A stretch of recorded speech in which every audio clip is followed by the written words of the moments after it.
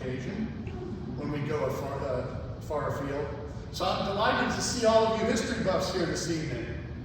In my not so humble opinion, the knowledge of history is more important today than it has ever been. In the memorable words of King Henry VIII to his wife, "I'll only keep you a while."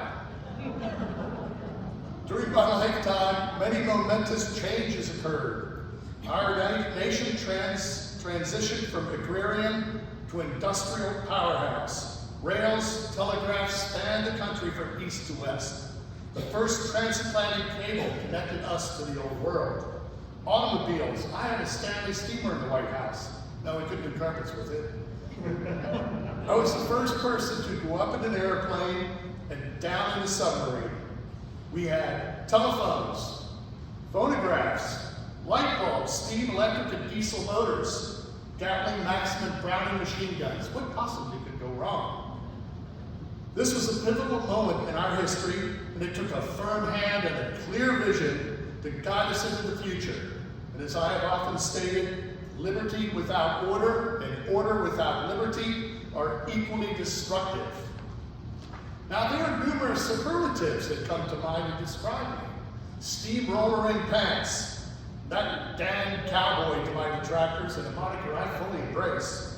Trustbuster, big game hunter, readingest president, 2 books a day on average. I put the speed in reading.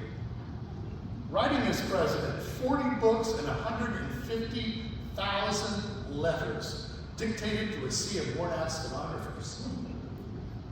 Conservationist president, Colonel, my most beloved title, fulfiller of all good intentions and dozens more. My first story, however, should be my rise to the presidency. Now you see, I had a strong interest in military history as a boy, and during the Civil War, I witnessed my father traveling to many Union camps, instituting a program whereby soldiers could reserve an amount of pay to sustain their families back home. Both my uncles on my mother's side served as naval officers in the Confederacy. My mother often told me stories of their heroics. I also read copious amounts of books on historical and mythical heroes. And by the time I entered Harvard, I was writing the complete naval history of the War of 1812. Still a staple at Annapolis, I hear. I eventually became Assistant Secretary of the Navy in 1897. I was at this time formulating what is now known as the Roosevelt Corollary to the Monroe Doctrine. This advocated America's direct involvement in the affairs of other countries in our hemisphere. To that end, we had a long-standing grievance with Spain concerning Cuba. President McKinley sent the USS Maine to Havana Harbor to show our flag there. Many of you might know of the tragic explosion that sunk the Maine and resulted in great loss of life. In my position as Assistant Secretary, I took the opportunity when Secretary Long went out for the day to telegraph Admiral Dewey in the Far East to coal up and prepare to engage the Spanish fleet that anchored in Manila Bay in case war was declared. Well, Secretary Long and President McKinley were furious with me. However, the order stood as public sentiment for war was overwhelming. I privately said of the president that he had all the backbone of a chocolate eclair. And when he finally declared war, I was offered and granted permission to raise the first U.S. volunteer cavalry. We became fondly known as Roosevelt's Rough Riders. My good friend Leonard Wood took command as I felt that I needed more experience. We raised men from the Eastern schools, sportsmen, industrialists, Western cowboys, Native Americans. They're the best of America's manhood from sea to shining sea. For the first time since the Civil War, we were united in a common cause under one banner. Our cry is, remember the Maine, to hell with Spain. I took a line from Sir Walter Scott of his poem, "One crowded hour of glorious life is worth an age without a name." My crowded hour was the taking of Kettle and San Juan Heights. When I returned from Cuba, I was hailed a hero. Thereafter, I was tapped for the governorship of New York. The politics there at that time were deeply corrupt. Some things never change. But this time they sought to retain their power using my reform-minded and anti-corruption reputation. The voters remembered the war hero in my cleaning house while NYPD police commissioner. However, when my reforms became a reality, the political bosses panicked and urged President McKinley to bump me up into vice presidential obscurity. As a man of action, this was a terrible outcome for me. In those days, that was a political death sentence. However, when President McKinley was suddenly assassinated, I was sworn in as president, and I said that I rose like a rocket. Within 38 months of charge of San Juan Heights, I had become president. A couple of days later, I wrote to a friend and stated, "There is but one thing to do now, and that is not to be morbid, but to undertake the task to the best of my ability." Now, you might remember one of my most famous refrains, "Speak softly and carry a big stick, and you will go far." That big stick is our Navy. Mediating the Russo-Japanese War as president, raised in my mind the specter of one day having to face Japan in an awful war. I felt that we had taken possession of what they craved the most, the Philippines. This wasn't the only time, however, that I used America's power and prestige to negotiate a settlement. In 1902, Venezuela found itself in default of its debt to England and Germany, and the latter informed me of its intentions to collect the debt. As they blockaded and shelled the custom house in San Carlos, the German Navy's actions to me were reminiscent of similar strategies used to extract its concessions from China during the Boxer crisis. I informed the Kaiser that if they were not going to enter arbitration in The Hague, that Admiral Dewey would have but a short distance from their training grounds near Puerto Rico, and could easily attack the German fleet off Venezuela. I further explained that to travel from Germany to reinforce their navy was of a much greater distance than our eastern naval bases. Strengthening our navy allowed us to project our interests outside our hemisphere. Having the Great White Fleet sail around the world was a sign that American interest would and could be defended worldwide. So my strategic thinking extended to the need to have a canal in Central America, thereby reducing in nautical miles of travel, 8,000 nautical miles from east to west coasts for our Navy. With great effort, despite Congress, I got it done, and a bully fine canal that remains to this day. As some of you might have noticed, I have with me a little friend. Usually magicians have rabbits out of their hat, but I have a bear. He's affectionately known as Teddy's Bear. Some of you have expressed an interest in the story of his creation. In 1902, at the beginning of my first term as president, I was asked to mediate a border dispute between Mississippi and Louisiana concerning the harvesting of shellfish. Now there is something you must know about me. There is very often an ulterior motive involved in my endeavors. In this case, it was a bear hunt in the canebrakes of the Mississippi Delta. Now, this native cane can grow up to 20 feet in height and is virtually impassable. It was home to thousands of bears, panthers, and all manner of wildlife. And this was almost the last place one could hunt the black bear. I was met at the station by my guide, Holt Collier, who was a former slave at the age of 10, shot his first bear. Over his lifetime, he would shoot more than 3,000 bears, more than Boone and Crockett combined. I was most fortunate to have him as my guide. So as the hunt proceeded, Collier placed myself and a companion in a blind to await his driving a bear in our direction. Now, listening to the fading bay of his dogs in the distance, my companion and I finally decided to return to camp for some sustenance. Meanwhile, unbeknownst, Holt had returned with a large sow bear. Now the bear reared up and killed one of his beloved dogs. And as we were nowhere in sight, Holt was forced to rush in and knock the bear out with his rifle. As we were nowhere in sight, he was forced to tie the bleeding and stunned animal to a fallen tree. And calling me back from camp, I had to decline as unsportsmanlike the killing of a restrained quarry. As a man of action, this method of hunting seemed counter to the strenuous physical challenge to which I was accustomed. At my behest, one of my companions then dispatched the wounded, stunned, and bleeding bear with a knife. As you can imagine, news of this traveled fast. Cartoonist Clifford Berryman of the Washington Post drew this wildly popular cartoon of the incident, making special note of my ability to not draw the line in the proper instance. Now, Rose and Morris Mitchum, New York toy makers, were then inspired to create what we all have come to know as the teddy bear.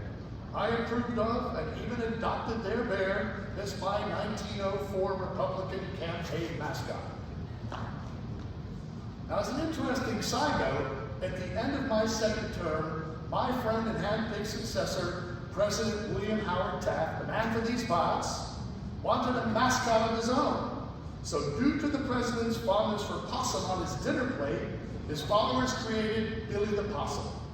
As a result, possum meat increased in price tenfold during his administration. I believe that would be possum inflation. However, Billy the Possum faded into obscurity, never having achieved the stature of Teddy's bear. And by the way, the dispute between Louisiana and Mississippi concerning the state fishing boundaries was eventually resolved by their respective legislatures. Concerning the hunt, however, never let it be said that I was selfish. After all, it was always about shellfish. Having concluded my second term as president, I embarked on my notable and much vaunted African safari, or as I like to cast it, a scientific expedition. I needed to get away as well to give Will Taft room to be president. After all, when a certain journalist described his meeting me, he stated that he needed to go home and wring my personality out of his clothing. Delightful. The expedition was financed in a great part by the Smithsonian Institute and Andrew Carnegie. At the outset of my trip, a most notable detractor, J.P. Morgan, was reported to say while raising a glass that America expects that every lion will do his duty. Inconceivable. My expedition was almost a year in duration, collecting over 11,000 specimens, of which the majority went to the Smithsonian. Many of the animals were used to feed the over 200 camcorders, hauling amongst other things over 2 tons of salt to preserve the skins. One of the worst travails we faced was being assailed by thousands of ticks, being picked off ourselves as well as our horses on a nightly basis. I would like to state unequivocally that game butchery is as objectionable as any other form of wanton cruelty or barbarity.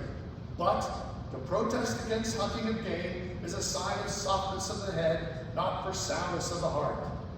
Now, following the safari, Mrs. Roosevelt joined me in touring Europe, ostensibly to receive my 1906 Nobel Peace Prize for negotiating the end to the Russo-Japanese War. Meeting many heads of state, I shared with Mrs. Roosevelt that if I should meet another king, I should bite him.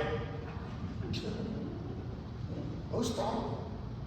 To truly understand me as the conservation president, you need to go back in time to my youth. Being a sickly asthmatic child, I was tutored at home, and one of my main interests was natural history. My uncle Rob Roosevelt was a well-known naturalist, and in part was an inspiration in my pursuit therein. I went about creating in my room the Theodore Roosevelt Museum of Natural History. As I got older, there were frequent hunting trips, some of which were to collect specimens for my further study. When I eventually entered Harvard, I realized that natural history as taught there was not focused on the field work that I so loved, but in the laboratory, in which for me there was no interest. So embarking in 1883 on my hunting trip out to the Dakota Territory, a place I say the romance of my life began, was sparked by a conversation with a naval man, a business associate of my Uncle James, Commodore Henry Honeychurch Garnish. Additionally, as being an investor in the Dakota Territory also piqued my interest. As a result, we planned a hunting trip. I knew that the Wild West was quickly disappearing, and I wanted to hunt a bison, North America's largest mammal. Gorringe, however, was not able to join me, so I went alone. The first night, stepping off the train onto the platform at the Little Missouri, I found lodging at the Pyramid Park Hotel, of which Gorringe was part owner. So I spent my first night amongst liquored-up cowboys and bedbugs. Now, I was able to hire a local guide by the name of Joe Ferris for the long, as it turned out, 3-week hunt. At first, he thought of me as an Eastern dude, 4 eyes, dubious moral fiber, but over time realized there was much more to me than that. During the trip, I witnessed and spoke with those that shared stories that from the Dakota Territory to Wyoming, they were never out of the sight of the bones of bison. Now, this was the beginning of my awareness of the finite gifts God has entrusted to us in nature. Now, on July 4th, 1886, in my speech in Dickinson, Dakota Territory, in part I stated that no people were yet benefited by riches if their property corrupted their virtue.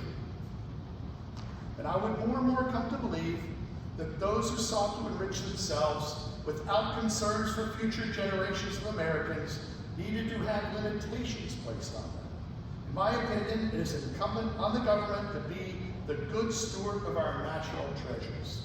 When Congress placed limitations on my power to designate national parks and forests in its Central Agricultural Bill, I met with Gifford Pinchot, the first head of the United States Forest Service. We spread out maps on the floor of the Oval Office, and in the 10 days before I could sign that bill, I designated no less than 16 million acres of new national forest. And there was nothing Congress could do about it. During my presidency, I used my authority to establish 150 national forests, 51 federal bird reserves, 4 national game preserves, 5 national parks, and 18 national monuments. That comes to 230 million acres of public land. That's 84,000 acres for every day of my presidency. When Congress refused to protect the Grand Canyon, I made the 2 Walls national monuments and the river a game preserve. 10 years later, in all their wisdom, Congress finally made it a national park. That is why I often say that Congress is the opposite of progress. Some things never change. As for my stance on patriotism, for me, every day is celebrated as the 4th of July. One of my most notable quotes on patriotism is as follows: patriotism means to stand by the country. It does not mean to stand by the president. It is patriotic to serve him insofar as he efficiently serves the country. It is unpatriotic not to oppose him to the exact extent that by inefficiency or otherwise he fails in his duty to stand by the country. It is unpatriotic not to tell the truth about the president or anyone else. I believe this quote has stood the test of time. In addition, I believe that if you could kick the person in the pants responsible for most of your trouble, you wouldn't sit for a month. Now, this would be a good time to share some anecdotes attributed to me by my children. Alice Roosevelt Longworth, my eldest daughter, said of me, "Father wants to be the baby at every baptism, the bride at every wedding, and the corpse at every funeral." Not to be outdone, my son Theodore Jr. said of me that Father's coffee mug is more in the nature of a bathtub. I'm most likely the most caffeinated president in history at about a gallon a day. This habit stems from childhood when strong coffee was used as an elixir for my asthma. Now, at my home in Oyster Bay at Sagamore Hill, I and our 6 children, Mrs. Roosevelt says she has 7, we enjoy all manner of physical activity. My favorite is the point-to-point hike. Only rule is you cannot go around something. You either go over, under, or through it. Now, carrying on this tradition to the White House, the unsuspecting French ambassador was along for the hike. And when we came to the stream, I proceeded to strip off my clothes, holding them above my head. I noticed the ambassador still had on his lavender gloves. When I inquired as to why he had them on, he answered, "Just in case we were to meet some ladies on the other side." Delightful. As a small boy with serious asthma, my father, the best man I ever knew, told me one day, "Theodore, you have the mind, but not the body. Without the body, the mind could not go as far as it should. You must make your body. It is hard drudgery to make one's body. But I know you will do it." From then on, it's been my life's goal to make my body seek action. I believe that black care rarely sits behind the rider whose pace is fast enough. I worked out on the rings, the parallel bars. I learned boxing. As it turned out, a passion that served me well at Harvard and the Dakota Territory. Sadly, this came to an end in the White House in 1908. A sharp right hook by a young captain of the cavalry left me partially blind in my left eye. However, many things in life have a silver lining. During my 1912 Bull Party campaign stop in Milwaukee, I was shot stepping out of my limousine. Needing a larger typeset for my speeches, as a result of my reduced vision, I had 50 pages folded in my breast pocket. And that in part was to save my life. I went on to give that speech for 90 minutes, exclaiming that you may not know it, but I have been shot, but it takes more than that to kill a bull moose. Concluding, I was quickly transported to the hospital. Now, my Bull Moose Party candidacy was groundbreaking in many ways. For example, we championed women's suffrage, workmen's compensation, 8-hour workday, farm relief, all based on my square deal policy of equal opportunity for every American, but definitely not equal outcomes.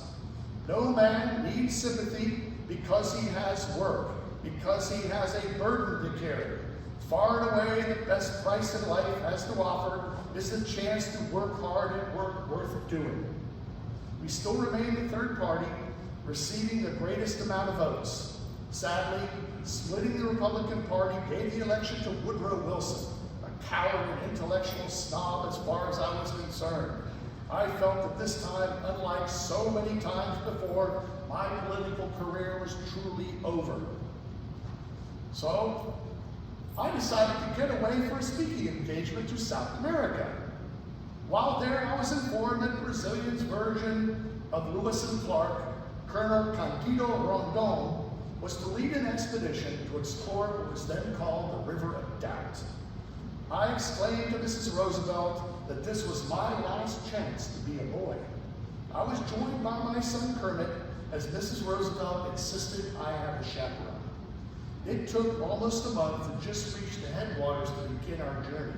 We encountered rapids, hostile natives, murder, starvation, injury, and disease. At one point, I asked Kermit to leave me there so he could make it out alive. I lost over 50 pounds. I re-injured my leg that was originally damaged in a carriage accident in 1902.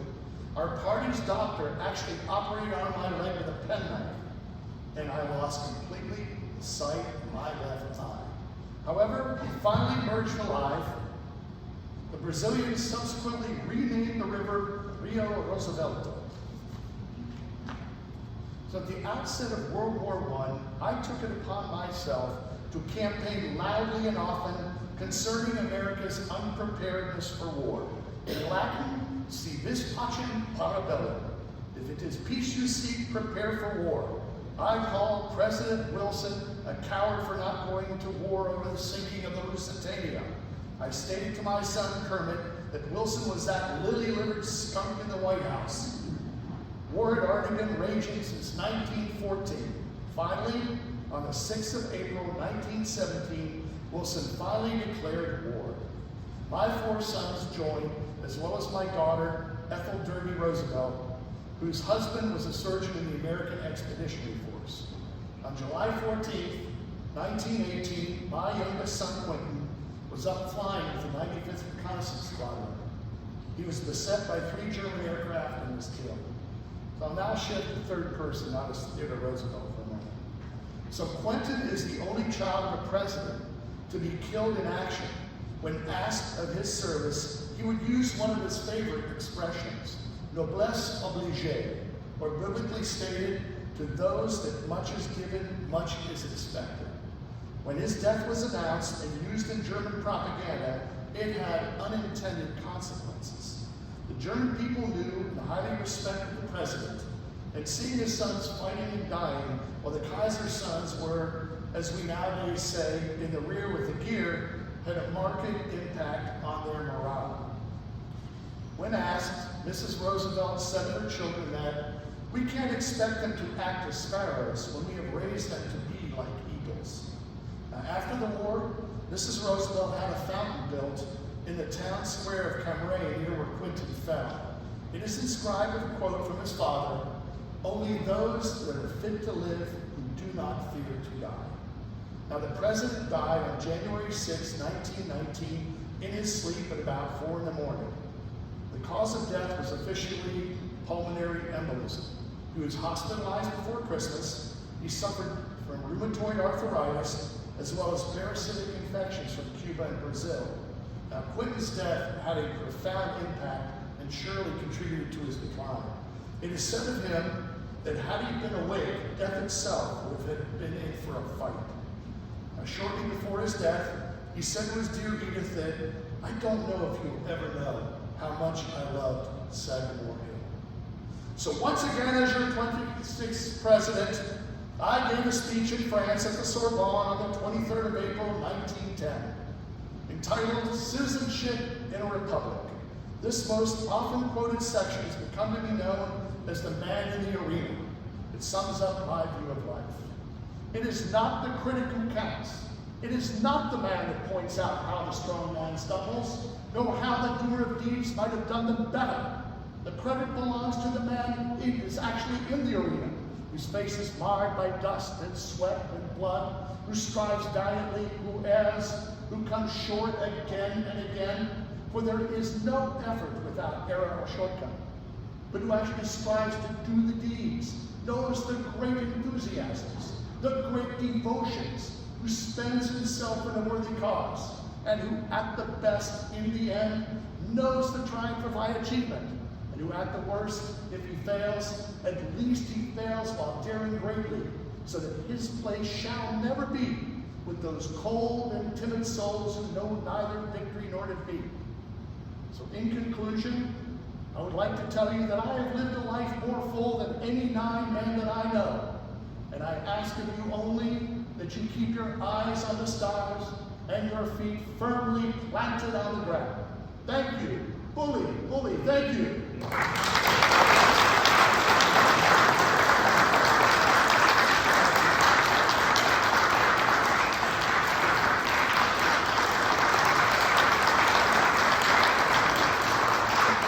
you have any questions? Does anyone have any questions? I just did a brief, this would be a 5-hour speech, we just talked about a day in his life. Does anyone have any questions at all? If not, that's okay. All right, I guess we eat. Well, thank you so much. Thank you.